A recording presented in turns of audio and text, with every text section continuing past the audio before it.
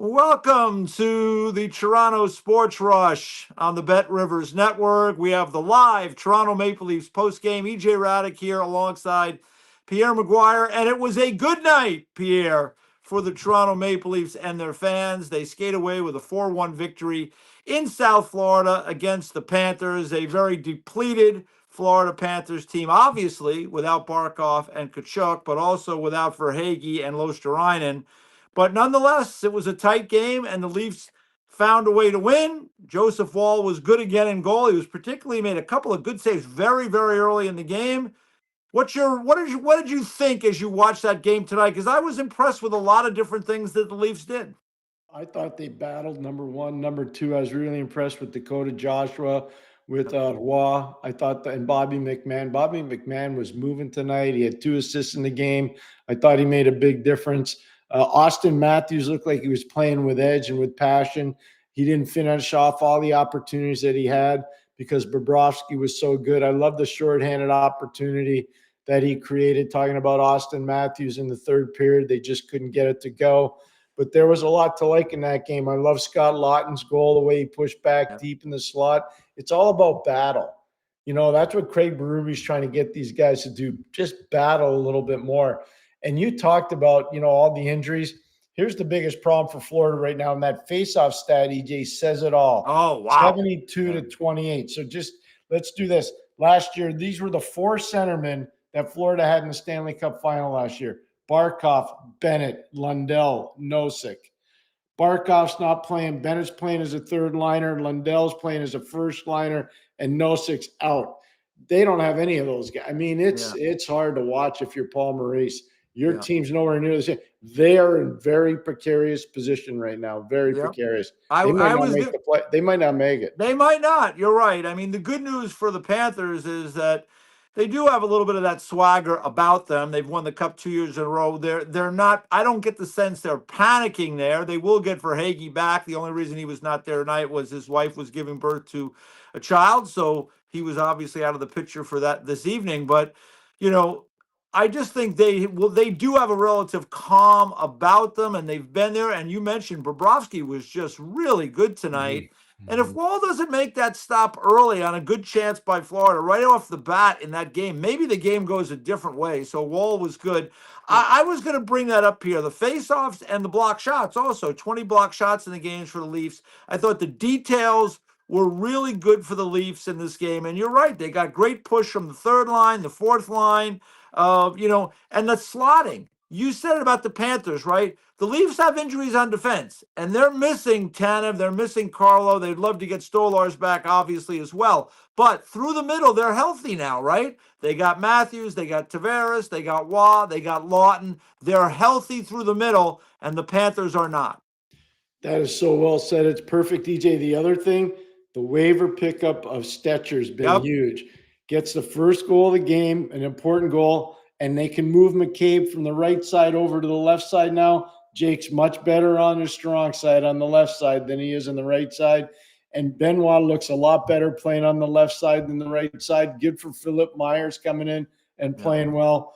And I thought Ekman Larsson, with a little point to prove against his old team, even though he won a cup there, he played with a little bit more energy. It's not about the points with him. I know everybody's talking about the points. More physicality, but I think you just nailed this. It's a slotting down the middle. They were much deeper than Florida down the middle. And this little guy who's played for so many teams in 10 years, Troy Stecher, so proud of that kid. He played for the Penticton Bees, played for a good friend of mine, Fred Harbinson. I just think the world of that program, and Troy Stecher is a resounding ambassador for that program. After that, he went to North Dakota. And then the rest is history. It's his 10-year NHL career, and I think he's fitting really well with the Leafs. Yeah, you know what? He strikes me as a really good teammate too, and I think that's important in a place like Toronto, where let's face it, Pierre, the boat is going to rock, and it's been rocking hard this year. In fact, they've taken on a lot of water this year. But a guy like that, I was watching him be interviewed after the second period, and he's talking about, hey, I'm just playing for my career. I'm just, this is, I'm playing just to stay in this league. And, he's willing to do what it takes. I think he's been a really good addition. I mean, he was on waivers. They found him. They've got those really critical injuries on defense, the two right shot guys. He's not going to replace Tanev. He's not going to replace Carlo. But what he does is what you just said. It allows them to move some pieces around. And I think he brings a little bit more. This is a team that's been slow on the back end this year. He brings a little more jump back there. Oh, wow, it's perfect. Exactly right. Exactly right. I like what you said about Joe Wall, too. There was a save he made against Balinskis at the start of the game. Yep. If he doesn't make that save, I don't know, because, Florida was dominating on the shot clock early, EJ, as you know, and then all of a sudden he makes that save against Balinskis, and everything kind of settled down and slowed down for Toronto right after that. So timely goaltending matters a lot, and I think Joe Wall provided that tonight. Yeah, he came into the game. What is he? 919 comes into the game. Right. I mean, that's been huge. I mean, that's part of this problem over the first couple of months for the Leafs. I mean, ideally, Stolarz and Wall together. You can alternate, and they're a great tandem. Wall was out of the picture for the first several weeks. Stolarz was struggling. Yeah. Stolarz then gets hurt. Wall comes in, and they are fortunate that he has kind of had a hot hand right now. The question will be, can he continue to play this well? I mean, the schedule doesn't ease up. They've got Carolina on Thursday. Then they open up a 5-game homestand coming up on Saturday. Can he continue to play this well? But right now, he's been a difference maker. The big key, if they can go into Carolina, they have a day off. It's not a back-to-back. If they can go into Carolina and get out of that thing with some points, they're going to go home and play against a Montreal Canadiens team right now. And I can tell you, I watched their entire game tonight against Ottawa. They're lost. They are lost in the forest right now. Their defensive zone coverage is bad. They can't handle bigger teams. It's kind of like, and I was just talking to Maxime Lapierre, the former NHLer, it's kind of like Montreal's become too cool for school and they don't want to play with some bite. If you're playing against Toronto now and you don't have some bite, you're going to have a problem. And part of the reason why I say that, EJ, and this is, I think, a great point about the coaching staff, when they sat Domi out and they sat Dakota Joshua out, look at those guys now. They never want to be sat out again. And it sent a resounding message to everybody. You saw how well the team played in Pittsburgh on Saturday, and Pittsburgh was not good, but that's not Toronto's fault. Toronto did what they had to do. And the jumbo guys took care of stuff. Dakota Joshua was good. Wall was good. McMahon was good. All the bigger guys are good. Then you see what happens tonight against a Florida team in Florida, the team that knocked them out of the playoffs last year. I think Toronto, if they can win that game in Carolina, and you talked perfectly about the homestand, this next game is really important for them because I think it's going to catapult them to where a lot of people thought they would be. We talk about Dakota Joshua, and I heard there was some discussion about this, about, whether to bench him or not. Like, for me, when you go out and bring in a guy like Dakota Joshua, you're not bringing him in to be, an offensive star. You're bringing him in to do the things that he can do, which use his big body, get to the net, be physical, be a physical presence for your team. And he was not doing that.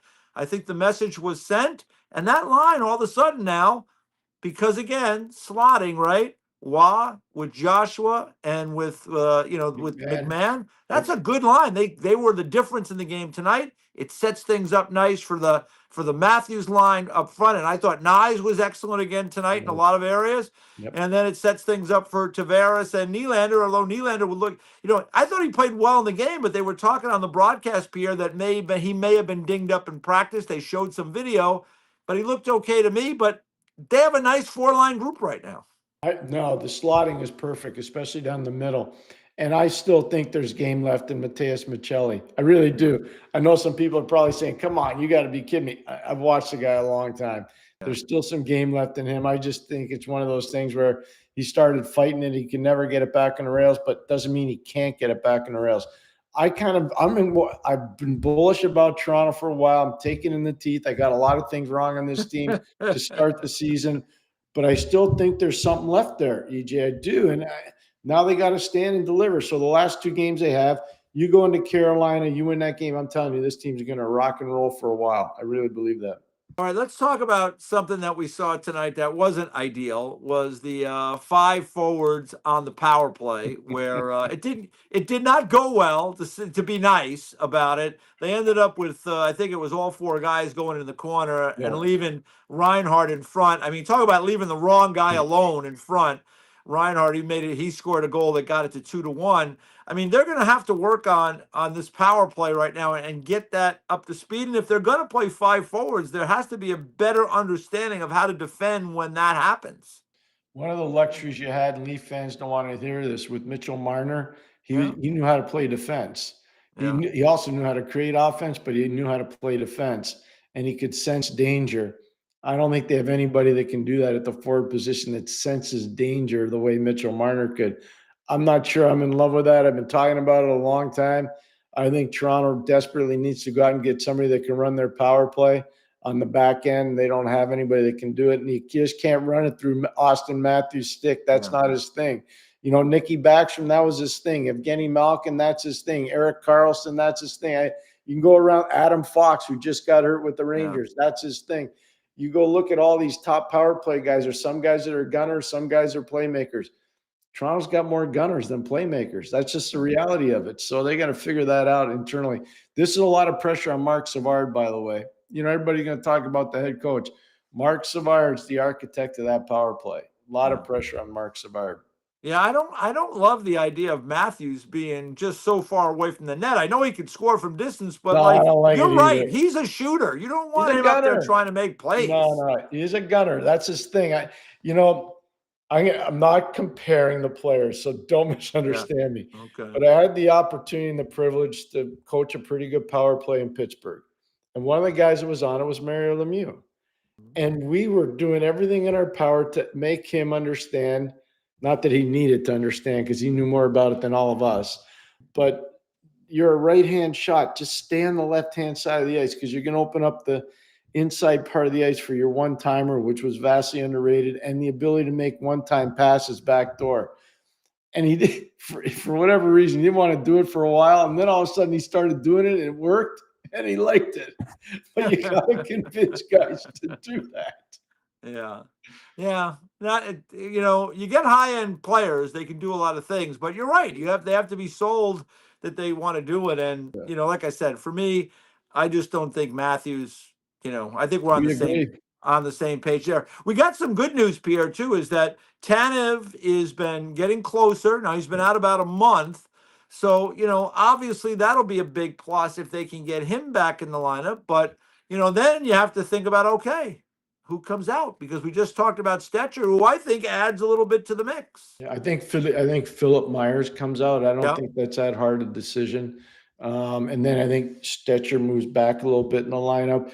Oliver Ekman-Larsson maybe moves back a little bit in the lineup. They put McCabe probably and Tanev back together. And I think that works really well as a shutdown tandem, I should say, and that probably takes some pressure off of Morgan Riley because you can see he had such a good start to the year. I think you would agree with that, Yeah, EJ. I would. Yeah. And he's starting to fight it a little bit. I think you probably agree on that too, especially in his own zone. This reminds me a lot of Mike Matheson last year in Montreal when he was on the first power play and there was all this pressure. And then Lane Hudson took his spot and Michael all of a sudden flourished. He really did. And now he's just flourishing unbelievable playing with Dobson as a defensive shutdown tandem. But I think Morgan needs to just settle down and just be a two-way guy and not worry about all the points and everything else. He doesn't need to worry about that. Yeah, I would agree with that. So as we look at the big picture for the Leafs here, we're now into December. They did kind of squander a lot of home games. They will have a stretch of 5 home games coming up. That's just the way it rolls sometimes. They had injuries, they weren't playing well, but it seems like they've kind of moved forward. They got back-to-back wins now for the first time in a month.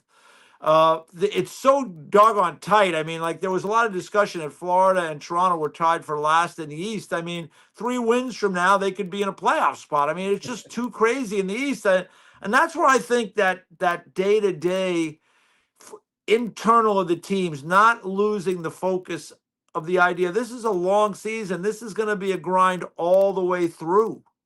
Oh, it is. And remember what happened last year after the Four Nation event? A lot of players got hurt. Yeah. Some teams thrived, other teams went backwards. I think back to the last couple of years when Detroit looked like they were going to be in a playoff Yeah. position. Dylan Larkin got hurt. He missed 14 days of the season, and Detroit missed the playoffs in the last week. I think about a couple of years ago when Sid and the Pittsburgh Penguins didn't have any kind of power play, and they lost to Columbus and Chicago to miss the playoffs in the last week of the season. So this year in particular, because of the Olympics, with all these great players going, you need those guys going at the end. You wonder how much juice they're going to have left. So it's really important before you head to Torino, you make sure that you're in a playoff spot and you got your guys healthy. That's going to be really important. All right. Last thing I'll have for you, Pierre, is, and I wanted to get your thoughts on Nyes again, because, like, on the five forwards tonight, he got kind of got jumping into the corner there. They already had three guys in there. That's a mistake. That's something they're going to have to work out. But I thought in so many areas of the game tonight, he was very good. He made a great play driving to the net around Seth Jones and then kind of like stopped up on him. And if it wasn't for Bobrovsky, he scores there. If it wasn't for Bobrovsky, this game might be 7-1. They had so many good chances in the game. But give me your thoughts on the continued growth of Nyes, because I just think he's so important to this team now, moving forward. And certainly, if and when they can get in the playoffs this year, which is still up in the air, he's the kind of player that can make a huge difference. I couldn't say it any better, but I'm going to just try to add one more thing. He's the ultimate groomed power forward. He's a guy that's about to become a dominant physical player because of his size, his speed, his strength, his hand skills.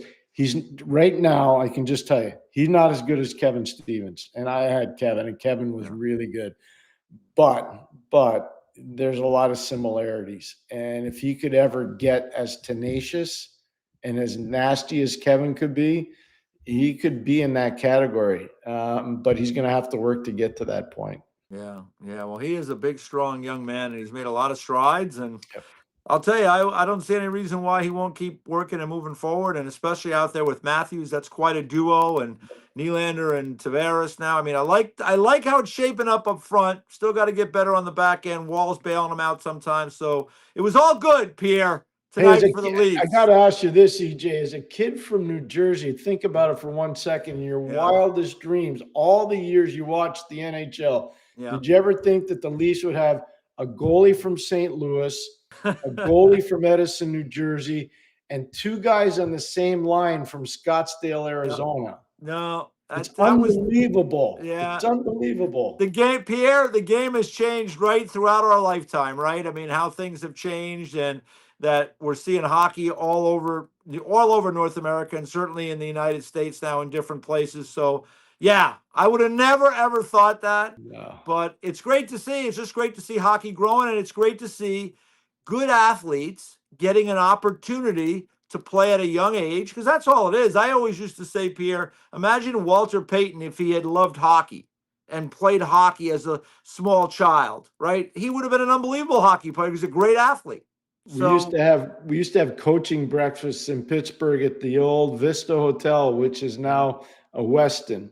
And Bob Johnson used to run our coaching breakfasts. Yeah. And he used to say all the time, could you imagine if Larry Bird would have played hockey? Yeah. Could you imagine if Michael Jordan would have played hockey? Yep, exactly. And his favorite one, because he got to know him really well, is could you imagine if John Elway ever learned how to play hockey? Yeah. So you were thinking the same way as Badger was. Yeah. And, the only thing I'll say is one of the best things in my career in the NHL, 37 years now, is what the league did with non-traditional expansion markets. Yeah. The California experiment boomed. Gretzky was a big part of it. Arizona, maybe the team didn't last because the building was in the wrong place, but look at all the players. Josh Doan, Matthew Knott. You start looking at it. There are a lot of players out of Arizona. Look at Texas. Yep. Look at what's gone on. Guys coming out of Nevada now. Look at all the players coming out of Florida. Shane Gostisbehere is just one example. I can go down the line. Look at kids out of Carolina now. Non-traditional expansion that the NHL provided has been really a win song for the league. It's been phenomenal. And it's helped the Toronto Maple Leafs, who, as you point out, have a bunch of those guys leading them right now. So good night for the Leafs. They get the job done over the Florida Panthers. They win 4-1. They're on to Carolina on Thursday night to finish out the road trip against the Canes. So for Pierre McGuire, EJ Hradek here. Thanks for watching the Toronto Sports Rush, Toronto Maple Leafs post-game live right here on the Bet Rivers Network.